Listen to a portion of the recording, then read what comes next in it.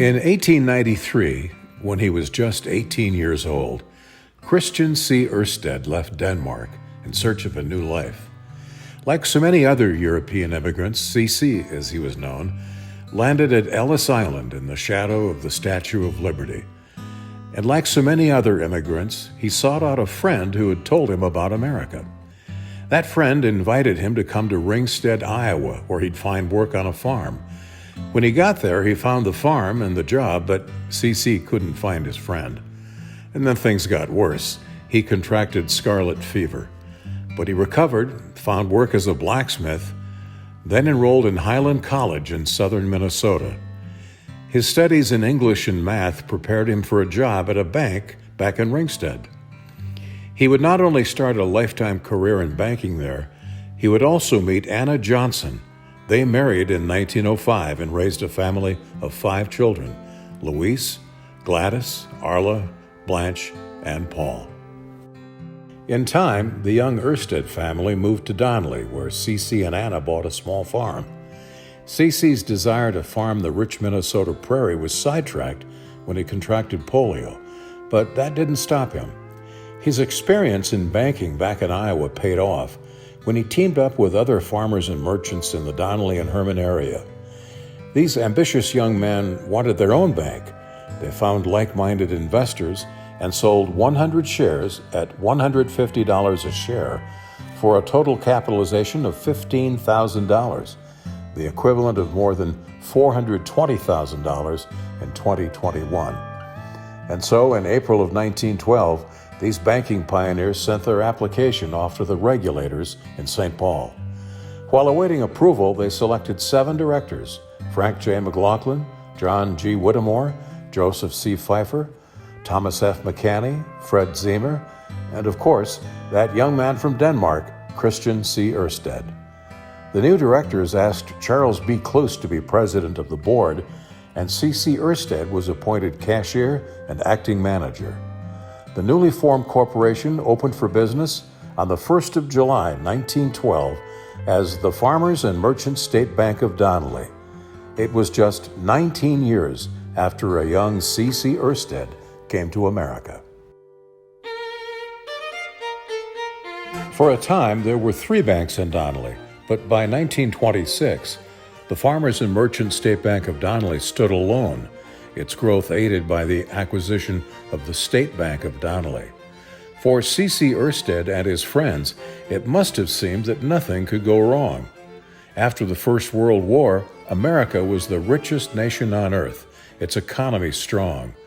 But in 1929, after wild speculation, the stock market crashed, unemployment soared, and commodity prices collapsed. The Great Depression that followed put the Farmers and Merchants State Bank to the test. To protect its dwindling capital and deposits, the bank closed on March 14th of 1930, but unlike so many other banks that failed, it reopened less than 4 months later. The bank had survived. The regulators said its books were clean. The board asked C.C. to stay on. He became president of the bank in 1947, a position he held until 1958, when his only son, Paul, would take the reins. C.C. Ersted's son, Paul Leroy Ersted, was born on Halloween in 1913. By all accounts, he was a smart young man. He was schooled in Donnelly through the 9th grade, then graduated from Morris High School in 1930 at the age of 16. From there, he was off to Eveleth, Minnesota, where he attended junior college, studying finance, accounting, and economics. He went on to the University of Minnesota, but didn't immediately get into the banking business. Instead, he managed a sawmill in Donnelly. He jumped at a chance to buy a 160-acre stand of jack pine near Hubbard, Minnesota, which he harvested and brought back to the mill in Donnelly. When C.C. asked young Paul if he made any money, he told his dad, "I broke even." In 1940, at the age of 26, Paul fell in love with a girl from Donnelly, Eva Marie Lundquist. Together, they raised 4 children, 3 girls, Jan, Judy, and Joyce, and 1 boy, Paul, who was named for his father.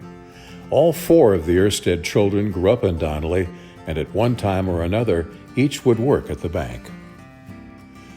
That same year Paul and Eva married, he started working at the bank with his father, C.C.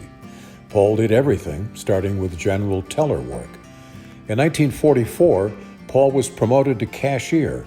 He issued certificates of deposit and wartime U.S. savings bonds. He had a mind for numbers and became adept at balancing the bank's books each day. Paul also had a knack for dealing with the bank's clients, helping them sort out their financial lives. He became executive vice president of the bank in 1950 and stayed in that job until 1958, when he became the bank's president.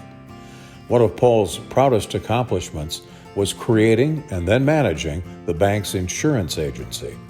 The customers relied on the hail insurance Paul sold them, and Paul was a reliable source of financing when farmers needed cash to tide them over. Paul not only saw his customers in their fields, he also saw them in church or at community events in Donnelly. He was also a member of the Masons. He loved to hunt, fish, and, yes, play golf. Paul suffered a stroke in 1965, thereby ending a 25-year career of steady bank leadership. The bank needed new leadership and promoted longtime employee H.W. McRoberts to the position of Chief Executive Officer. Mac, as he was known, was responsible for all bank operations, from preparing bank statements to lending money to writing insurance. Mac even prepared income taxes for individual bank customers. As the bank prospered, he invested the bank's excess capital in treasury bonds. Mac loved Donnelly. He served on the city council, and after a 38-year career at the bank, he retired.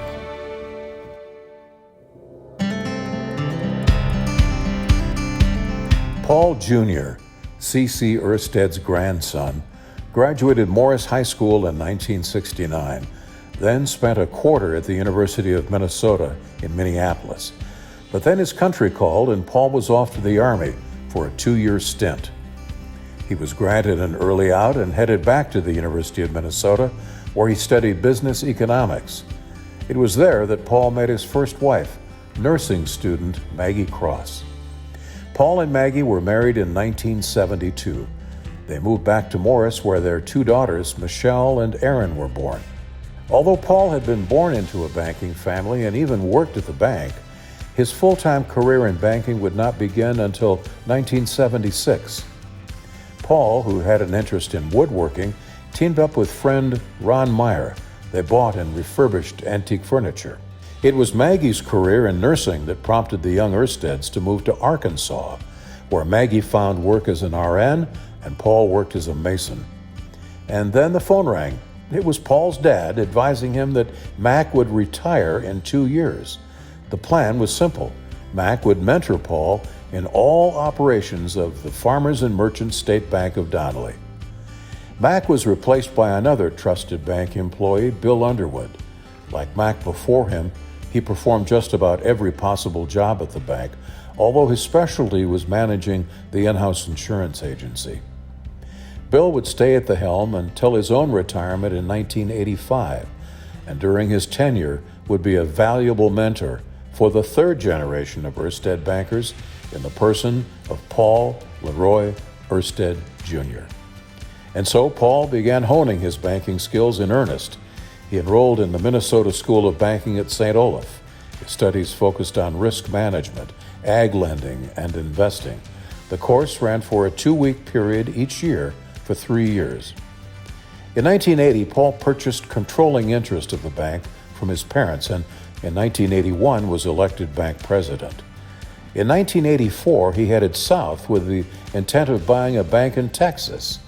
His search didn't end up with bank ownership, but rather bank employment near Austin. While there, Maggie enrolled at the University of Texas at Austin, where she earned a master's degree in social work. In 1985, Bill Underwood retired, and it was time for Paul to come back to Donnelly.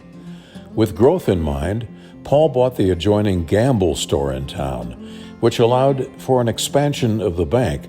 And perhaps more importantly, the bank's board of directors decided to expand the bank's service area. That led to the acquisition of the First State Bank of Chicago. In 1993, the bank in Chicago was merged with the bank in Donnelly. That acquisition doubled the bank's total assets to over $20 million. The bank's staff doubled in size. But Paul Ersted was not through. In 1994, the bank relocated its charter from Donnelly to Morris, but kept its properties in Donnelly and Chicago as branches of the newly named United Farmers and Merchant State Bank. The new Morris Bank was located where the Sears and Roebuck building once stood. After a complete renovation, it opened in February of 1994.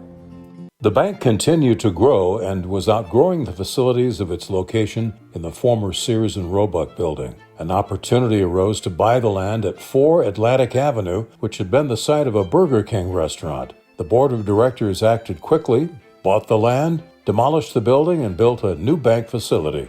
It opened in March of 2004. Paul married Renee Hilbrand on November 23rd of 2002, bringing 2 more children into the family, Michelle and Ryan. Renee brought her own banking experience as well. Before marrying Paul, she worked at the First National Bank of Herman, where she did consumer and ag lending and served as the bank's compliance officer. In 1997, Renee was hired as vice president and senior ag lender for United Farmers and Merchant State Bank. She also served as the bank's compliance officer. Paul's passion was not only banking, but golfing, boating, woodworking, and riding custom-built motorcycles. That love of motorcycles inspired Paul to design a special loan program for buyers of custom-built motorcycles. Builders such as Arlen Ness, Donnie Smith, and Dave Perowitz would refer customers to Paul for financing. Over the span of a century, the family bank came to excel at full-service banking, not just deposits and loans, but insurance, checking and savings accounts, retirement plans, safety deposit boxes, even drive-up banking. The bank could prepare your income tax, clerk your auction sale, or sell you insurance.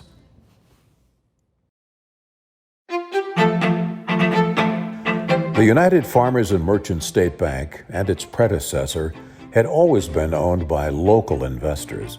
As Paul Ersted Jr. put it, there's a continuity that goes along with local ownership. We've been a staple in the community, and that's a good thing. We've continually been progressive. We have not remained stagnant or old-fashioned.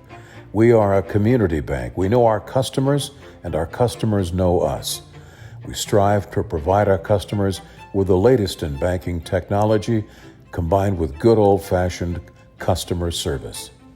In July of 2012, the bank was recognized as one of the few banks that had achieved centennial charter status.